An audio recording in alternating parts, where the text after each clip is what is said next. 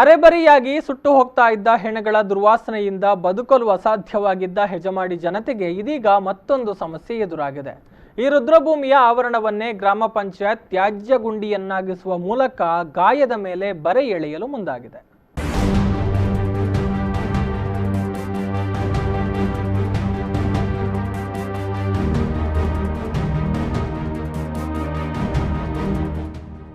ಈ ರುದ್ರಭೂಮಿಯ ಸಮಸ್ಯೆಯಿಂದ ತತ್ತರಿಸಿ ಹೋಗಿದ್ದ ಸ್ಥಳೀಯ ನಿವಾಸಿಗಳು ರುದ್ರಭೂಮಿಯ ಆವರಣದಲ್ಲಿ ಸೇರಿ ಗ್ರಾಮ ಪಂಚಾಯತ್ ವಿರುದ್ಧ ಆಕ್ರೋಶ ವ್ಯಕ್ತಪಡಿಸಿದ್ದಾರೆ. ಈ ಸಂದರ್ಭ ಮಾತನಾಡಿದ ಸ್ಥಳೀಯ ನಿವಾಸಿ ಶೇಖರ್ ಹೆಜಮಾಡಿ, ಕಣ್ಣು ಮೂಗು ಬಾಯಿ ಇದ್ಯಾವುದೂ ಇಲ್ಲದ ಹೆಜಮಾಡಿ ಗ್ರಾಮ ಪಂಚಾಯತ್ಗೆ ಜನರ ಸಮಸ್ಯೆ ಆಲಿಸುವ ಮನಸ್ಥಿತಿಯೂ ಇಲ್ಲ. ರುದ್ರಭೂಮಿಯನ್ನ ದೇವಸ್ಥಾನದ ಮಾದರಿಯಲ್ಲಿ ನಿರ್ಮಿಸಿದ ಉದಾಹರಣೆ ನಮ್ಮ ಪಕ್ಕದ ಗ್ರಾಮ ಬೆಳಪುವಿನಲ್ಲಿ ಕಾಣಬಹುದಾಗಿದ್ರೂ ಇಲ್ಲಿ ಅದಕ್ಕೆ ವಿರುದ್ಧವಾಗಿ ತ್ಯಾಜ್ಯ ಗುಂಡಿಯಾಗಿ ಪರಿವರ್ತಿಸಲು ಹುನ್ನಾರ ನಡೆಸುತ್ತಿರುವುದು ಖೇದಕರ ಸಂಗತಿ. ಈ ಬಗ್ಗೆ ಜಿಲ್ಲಾಧಿಕಾರಿಗಳು ಪರಿಶೀಲಿಸಿ ಗ್ರಾಮಸ್ಥರಿಗೆ ನ್ಯಾಯ ದೊರಕಿಸಿಕೊಡದಿದ್ದಲ್ಲಿ ಹೋರಾಟ ಅನಿವಾರ್ಯವಾದೀತು ಎಂಬುದಾಗಿ ಎಚ್ಚರಿಸಿದ್ದಾರೆ.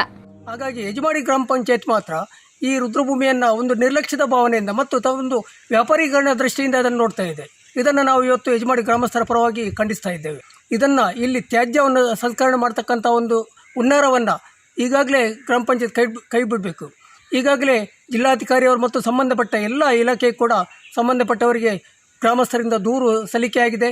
ಅದನ್ನು ಪರಿಶೀಲನೆ ಮಾಡಬೇಕು ಮತ್ತು ಆದಷ್ಟು ಶೀಘ್ರದಲ್ಲಿ ಇಲ್ಲಿ ಏನು ಕಾಮಗಾರಿ ನಡೀತಾ ಉಂಟ ಅದನ್ನು ನಿಲ್ಲಿಸೋದ್ರ ಮೂಲಕ ಇದನ್ನು ಇಲ್ಲಿ ಯಾವುದೇ ಕಾರಣಕ್ಕೂ ತ್ಯಾಜ್ಯ ವಿಲೇವಾರಿ ಮಾಡೋದು ಮತ್ತು ತ್ಯಾಜ್ಯ ಸಂಸ್ಕರಣೆ ಮಾಡ್ತಕ್ಕಂಥ ಒಂದು ಹುನ್ನಾರವನ್ನು ಕೈ ಬಿಡಬೇಕಂತೇಳಿ ನಾವು ಇವತ್ತು ಹಕ್ಕೊತ್ತಾಯವನ್ನು ಮಾಡ್ತಾ ಇದ್ದೇವೆ.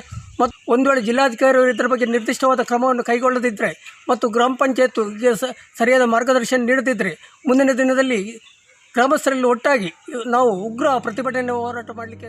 ಸ್ಥಳೀಯ ನಿವಾಸಿ ಶಕುಂತಲಾ ಎಂಬುವರು ಮಾತನಾಡಿ, ಜಿಲ್ಲಾಡಳಿತ ಸ್ವಚ್ಛತೆಯ ಬಗ್ಗೆ ಪಾಠ ಮಾಡುತ್ತಾ ಈ ಸ್ವಚ್ಛತೆ ಕೇವಲ ಕಡತಗಳಲ್ಲಿ ಉಳಿದುಕೊಂಡಿದೆಯೇ ಎಂದು ಭಾಸವಾಗ್ತಿದೆ. ಸುತ್ತಲೂ ನೂರಾರು ವಾಸದ ಮನೆಗಳಿರುವ ಈ ಪ್ರದೇಶದಲ್ಲಿ ರುದ್ರಭೂಮಿ ಓಕೆ, ಆದರೆ ಜನರ ಪ್ರಾಣದ ಜೊತೆ ಚೆಲ್ಲಾಟವಾಡುವ ತ್ಯಾಜ್ಯ ಗುಂಡಿ ಯಾಕೆ ಎನ್ನುತ್ತಾರೆ. ನಮಗೆ ಮನೆ ಹತ್ತಿರ ಇಲ್ಲಿ ಸಾವಿರಾರು ಮನೆ ಹತ್ತಿರ ಇದೆ. ಇದು ಈ ಡಂಪ್ ಆ್ಯಡ್ ಮಾಡೋದ್ರಿಂದ ಎಲ್ಲರಿಗೂ ಕಷ್ಟ ಆಗುತ್ತೆ. ಮತ್ತು ಇಲ್ಲಿ ಕೂತ್ಕೊಳ್ಲಿಕ್ಕೆ ಸಣ್ಣ ಸಣ್ಣ ಮಕ್ಕಳಿದ್ದಾರೆ, ಯಾವ್ಯಾವುದಾದ್ರು ರೋಗಗಳು ಇದೆಲ್ಲ ತಂದು ಇಲ್ಲಿ ಈ ಪೇಪರು ಇದೆಲ್ಲ ಹಾಕ್ತಾರೆ. ಅದನ್ನು ಬಾಕಿ ಪರಿಸರದವರಿಗೆಲ್ಲ ತುಂಬ ಕಷ್ಟ ಆಗ್ತದೆ.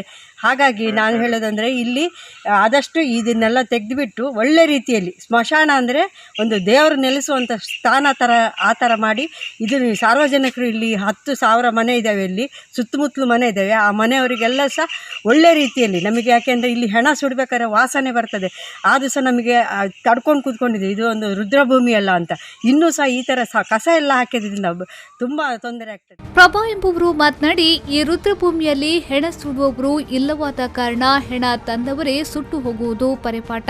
ಕೆಲವರಂತೂ ಅರೆಬರಿಯಾಗಿ ಹೆಣಗಳನ್ನು ಸುಟ್ಟು ಹೋಗುತ್ತಿರುವುದರಿಂದ ಇಡೀ ಪ್ರದೇಶ ಗಬ್ಬಿದ್ದು ನಾರುತ್ತಿದ್ದು ಸ್ಥಳೀಯರಾದ ನಾವೇ ಕಟ್ಟಿಗೆ ಹಾಕಿ ಅರೆಬೆಂದ ಹೆಣವನ್ನ ಸುಟ್ಟ ದಾಖಲೆಗಳಿದೆ.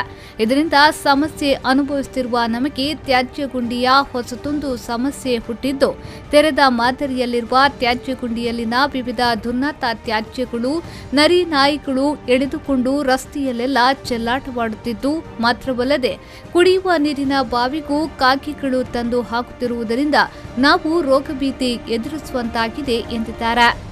ನಮ್ಮದು ಬಾವಿಗಳೆಲ್ಲ ಓಪನ್ ಇದ್ದಿದ್ದರಿಂದ ಈ ಕಾಗೆಗಳೆಲ್ಲ ತಂದು ಬಾವಿಗೆ ಹಾಕ್ತಾರೆ. ಅದು ನೀರೆಲ್ಲ ಕಲುಷಿತ ಆಗಿ ನಾವು ಅದನ್ನೇ ಕುಡಿದು ಇನ್ನೂ ಪುನಃ ರೋಗ ರುಜಿನ ಜಾಸ್ತಿ ಆಗುವ ಸಂಭವ ಇದೆ.